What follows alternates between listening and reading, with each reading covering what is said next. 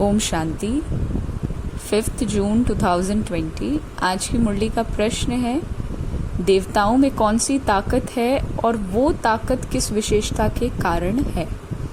प्रश्न तो ये है, अब मुरली में से आंसर फाइंड करके एंड में बिल्कुल हम डिस्कस करेंगे कि देवताओं में कौन सी ताकत है और वो ताकत किस विशेषता के कारण है। आज के गीत है कि नयनहीन को राह दिखाओ प्रभु, और बाबा बोले मीठे बच्चे तुम्हें अभी ज्ञान की दृष्टि मिली, इसलिए तुम्हारा भटकना बंद हुआ और तुम शांति धाम सुख धाम को याद करते हो। ओम शांति। बच्चों को नयन मिले हैं, पहले नयन नहीं थे। कौन से नयन? ज्ञान के नयन नहीं थे, अज्ञान के नयन तो थे। बाबा देखिए अज्ञान को नयन कह रहा है जिसमें रोशनी नहीं है। बच्चे जानते हैं ज्ञान सागर एक ही बात है और कोई में ये रूहानी ज्ञान है नहीं। जिस ज्ञान से सद्गति हो अर्थात शांति धाम सुख धाम जाना हो। अभी तुम बच्चों को दृष्टि मिली है कि कैसे सुख धाम बदल कर फिर माया का राज्य व दुख धाम बनता है। पुकारने लगते हैं कि नयनहीन को राह बताओ।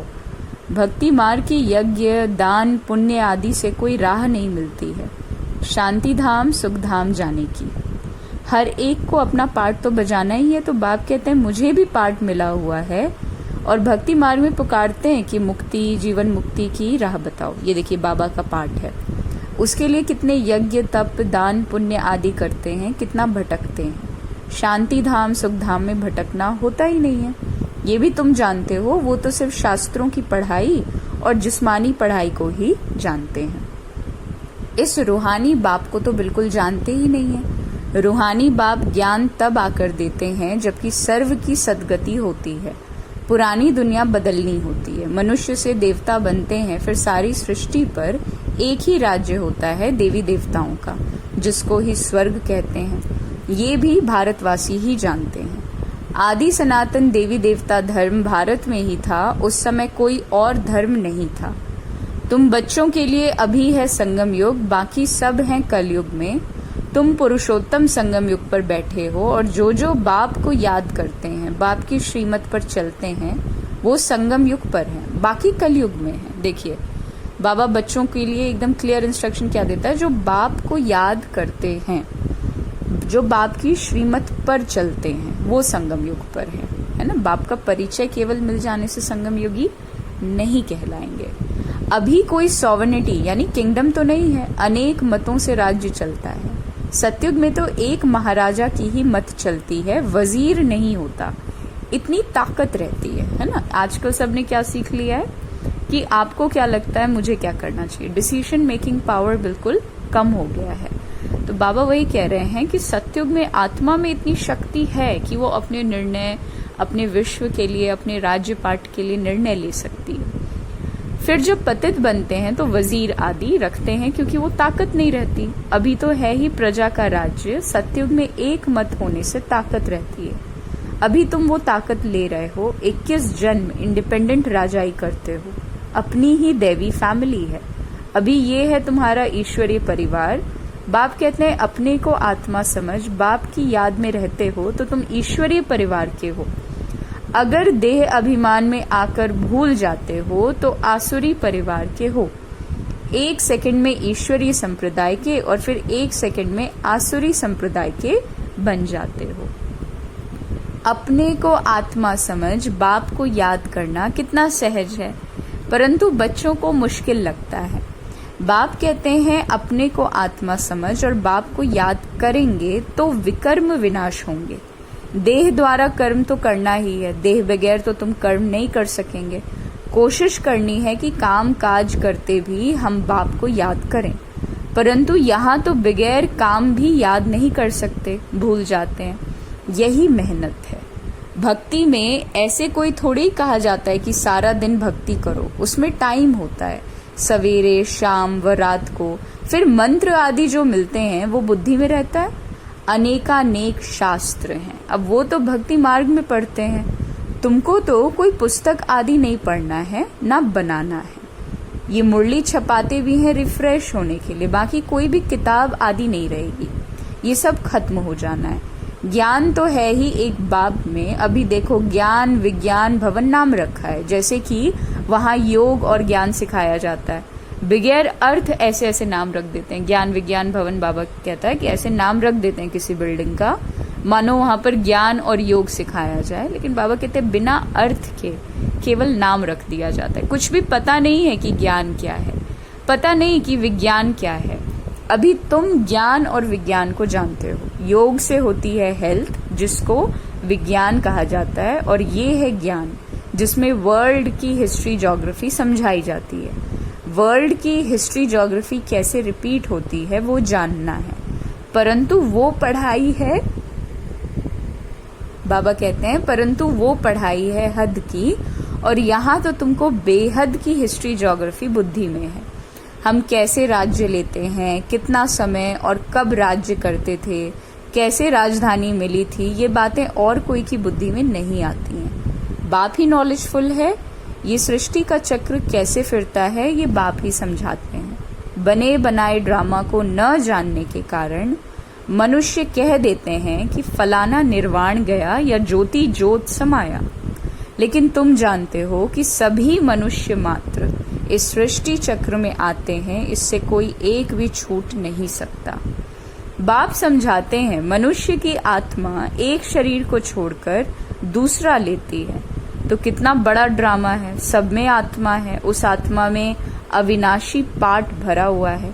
इनको कहा जाता है बनी बनाई बन रही है। तो अब ड्रामा कहते हैं तो जरूर उनका टाइम भी चाहिए ना, कि कितने टाइम का ये ड्रामा चलेगा, कितनी इसकी एज होगी, कितना इसका टाइम पीरियड होगा। और बाप समझाते हैं ये ड्रामा 5000 वर्ष का है। भक्ति मार्ग के शास्त्रों में लिख दिया है ड्रामा लाखों वर्ष का है। इस समय ही जबकि बाप ने आकर सहज राजयोग सिखाया था, और इस समय के लिए ही गायन है कि कौरव घोर अंधियारे में थे और पांडव रोशनी में थे। वो लोग समझते हैं कलयुग में तो अजुन 40,000 वर्ष बाकी हैं। उन्हों को ये पता नहीं पड़ता कि भगवान आया है, इस पुरानी दुनिया का मौत बिल्कुल सामने खड़ा है। सब अज्ञान नींद में ही तो सोए पड़े हैं ना। जब लड़ाई देखते हैं तो कहते हैं ये तो महाभारत लड़ाई की निशानी है, ये रिहर्सल होती रहेगी, फिर चलते चलते बंद हो जाएगी। और तुम जानते हो कि अभी हमारी पूरी स्थापना हुई थोड़ी है। गीता में ये थोड़े ही है कि बाप ने सहज राजयोग सिखलाए, यहाँ ही राजाई स्थापन की। गीता में तो प्रलय दिखा दिया ना, दिखाते हैं और सब मर गए, बाकी 5 पांडव बचे, वो भी पहाड़ों पर जाकर गल मरे। राजयोग से क्या हुआ कुछ भी पता नहीं है। बाप हर एक बात समझाते रहते हैं। वो है हद की बात, हद की रचना, हद के ब्रह्मा रचते हैं, पालना भी करते हैं, बाकी प्रलय नहीं करते हैं। स्त्री को एडॉप्ट करते हैं, बाप भी आकर एडॉप्ट करते हैं। बाबा ने क्या कहा, हद की रचना हद के ब्रह्मा रचते हैं, पालना भी करते हैं, है ना, बाकी प्रलय नहीं करते। स्त्री को एडॉप्ट करते हैं, बाप भी आकर एडॉप्ट करते हैं। कहते हैं मैं इनमें प्रवेश कर बच्चों को नॉलेज सुनाता हूँ, इन द्वारा बच्चों को रचता हूँ। बाप भी है, फैमिली भी है। ये बातें बड़ी गुह्य हैं, बहुत गंभीर बातें हैं, मुश्किल कोई की बुद्धि में बैठती हैं। अब बाप कहते हैं पहले पहले तो अपने को आत्मा समझो। आत्मा ही एक शरीर छोड़कर दूसरा लेती है।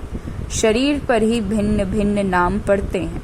नाम, रूप, फीचर्स सब भिन्न भिन्न हैं। एक के फीचर्स दूसरे से न मिले। हर एक आत्मा के जन्म जन्मांतर के अपने फीचर्स हैं, अपनी एक्ट ड्रामा में नूंधी हुई है, इसलिए इनको बना बनाया ड्रामा कहा जाता है। देखिए बाबा ने ड्रामा का बिल्कुल स्पष्ट डेफिनेशन दिया। हर आत्मा का जन्म जन्मांतर का शरीर भिन्न है। हर आत्मा को कौन सा शरीर मिलना है ये डिसाइडेड है। शिव बाबा को कौन से तन में किस समय आना है डिसाइडेड है। हमें कौन से शरीर में कब जन्म लेना है डिसाइडेड है। कौन से परिवार, कहाँ घर, है ना, ड्रामा अनुसार। इसलिए इसको बना बनाया ड्रामा कहते हैं। बाकी ऐसे नहीं कि पुरुषार्थ भी हम बैठे हुए हैं, आटा सामने रखा है और रोटी अपने आप पक के आ जाएगी।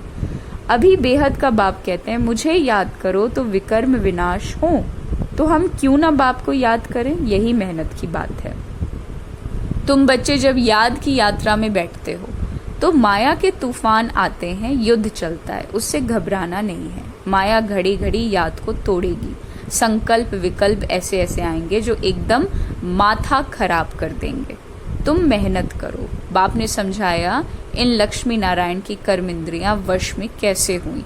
ये संपूर्ण निर्विकारी थे। ये शिक्षा इन्हों को कहाँ से मिली, है ना। लेकिन इस ज्ञान में चलने का, बाबा के नॉलेज का, वैसे तो ठीक है, राजयोग के 4 पिलर्स होते हैं, ब्रह्मचर्य, है ना, शुद्ध आहार, चाहे मन बुद्धि का हो चाहे भोजन हो, है ना, अच्छा संग जिसको बाबा सत्संग कहता है, ब्रह्मचर्य की बात तो हो ही गई, है ना। ये सारी चीजें तो ठीक है, मुरली, ये सब ठीक, लेकिन जो मेन पिलर है जो कि इन चीजों को भी कराने में सहयोगी होता है या बेस होता है, नींव होता है, वो है निश्चय और प्रेम।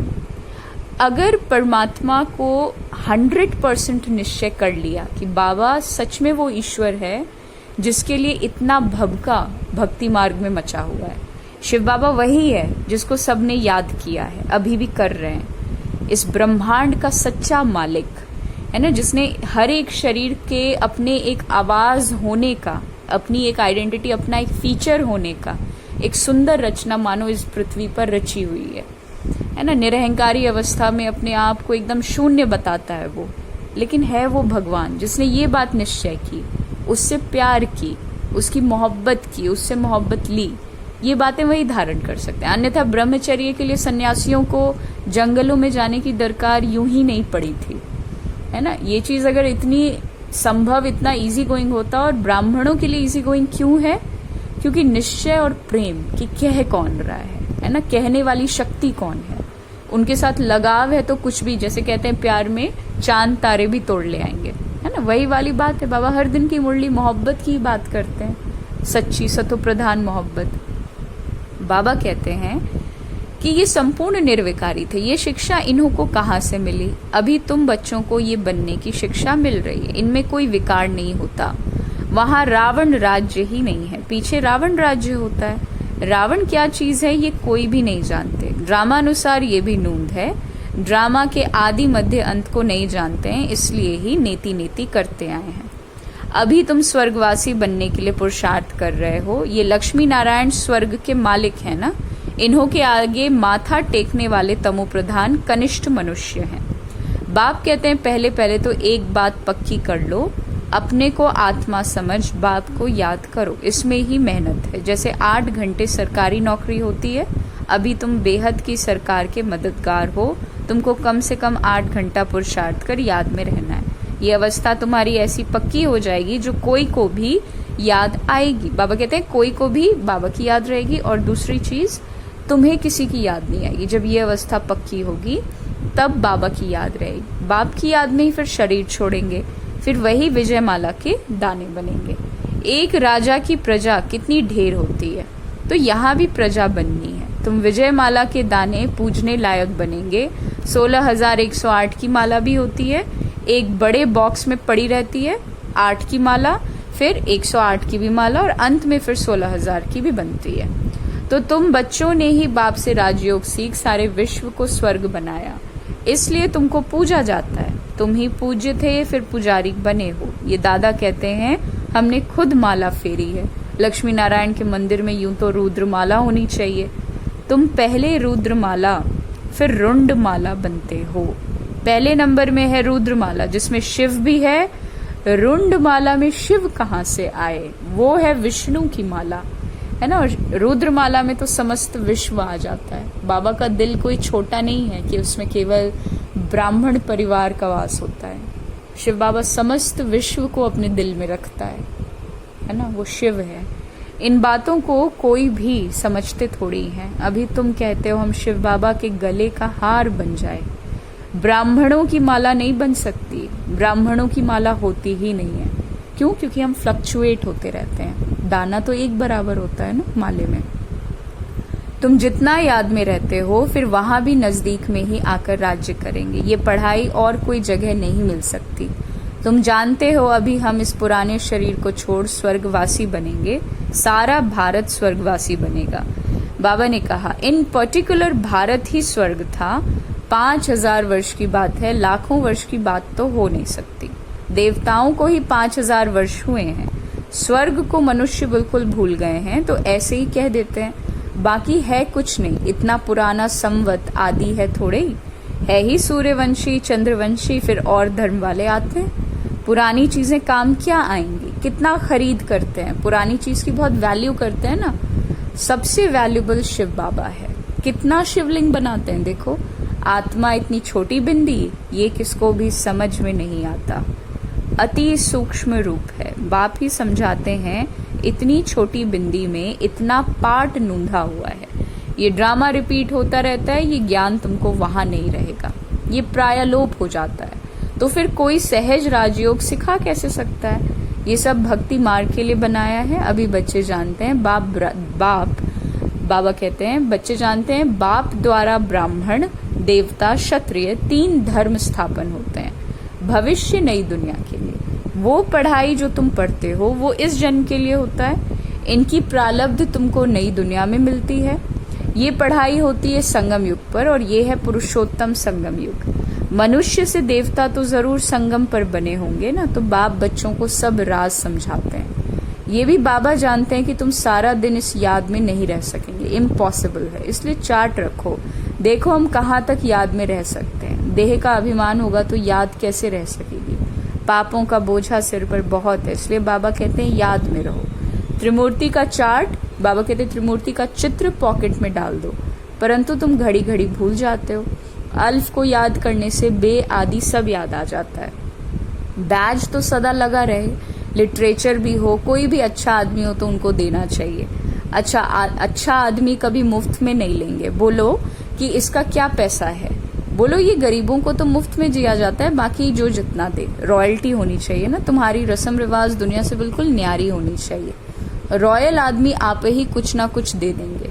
ये तो हम सबको देते हैं कल्याण के लिए, कोई पढ़कर भी तुमको पैसे भेज देंगे, है ना। खर्चा तो तुम करते हो ना। बोलो हम अपना तन मन धन भारत की सेवा में खर्च करते हैं। अच्छा, मीठे मीठे सिके लधे बच्चों प्रति माता पिता बाप दादा का याद प्यार और गुड मॉर्निंग। रूहानी बाप की रूहानी बच्चों को नमस्ते। हम रूहानी बच्चों की रूहानी बाप दादा को याद प्यार गुड मॉर्निंग और नमस्ते नमस्ते नमस्ते। धारणा के लिए मुख्य सार में बाबा कहता है इस बेहद की सरकार को मदद करने के लिए कम से कम 8 घंटा याद में रहने का पुरुषार्थ करना है। याद में जो माया विघ्न डालती है उससे घबराना नहीं। इस पुरुषोत्तम संगम युग पर ईश्वरीय संप्रदाय का बन ईश्वर की मत पर चलना है। कर्म करते भी एक बाप की याद में रहने का अभ्यास करना है। वरदान, बेगर टू प्रिंस का पार्ट प्रैक्टिकल में बजाने वाले त्यागी व श्रेष्ठ भाग्यशाली आत्मा भव। बेगर टू प्रिंस की बात है। बाबा कहते प्रैक्टिकल में ये पार्ट प्ले करना है। जैसे भविष्य में विश्व महाराजन दाता होंगे, ऐसे अभी से दातापन के संस्कार इमर्ज करो। किसी से कोई साल्वेशन ले करके फिर साल्वेशन दें, ऐसा संकल्प में भी ना हो। इसे ही कहा जाता है बेगर टू प्रिंस। स्वयं लेने की इच्छा वाले नहीं बनना। इस अल्पकाल की इच्छा से बेगर, ऐसा बेगर ही संपन्न मूर्त है। बेगर कैसे बनना है कि किसी से साल्वेशन यानी मदद मिले तो हम मदद करें, ऐसा बाबा ने कहा मत करना। इस चीज से बेगरी ले आओ। जो अभी बेगर टू प्रिंस का पार्ट प्रैक्टिकल में बजाते हैं उन्हें कहा जाता है सदा त्यागी व श्रेष्ठ भाग्यशाली। त्याग से सदा काल का भाग्य स्वतः बन जाता है। और स्लोगन, सदा हर्षित रहने के लिए साक्षीपन की सीट पर दृष्टा बनकर हर खेल देखो। ओम शांति।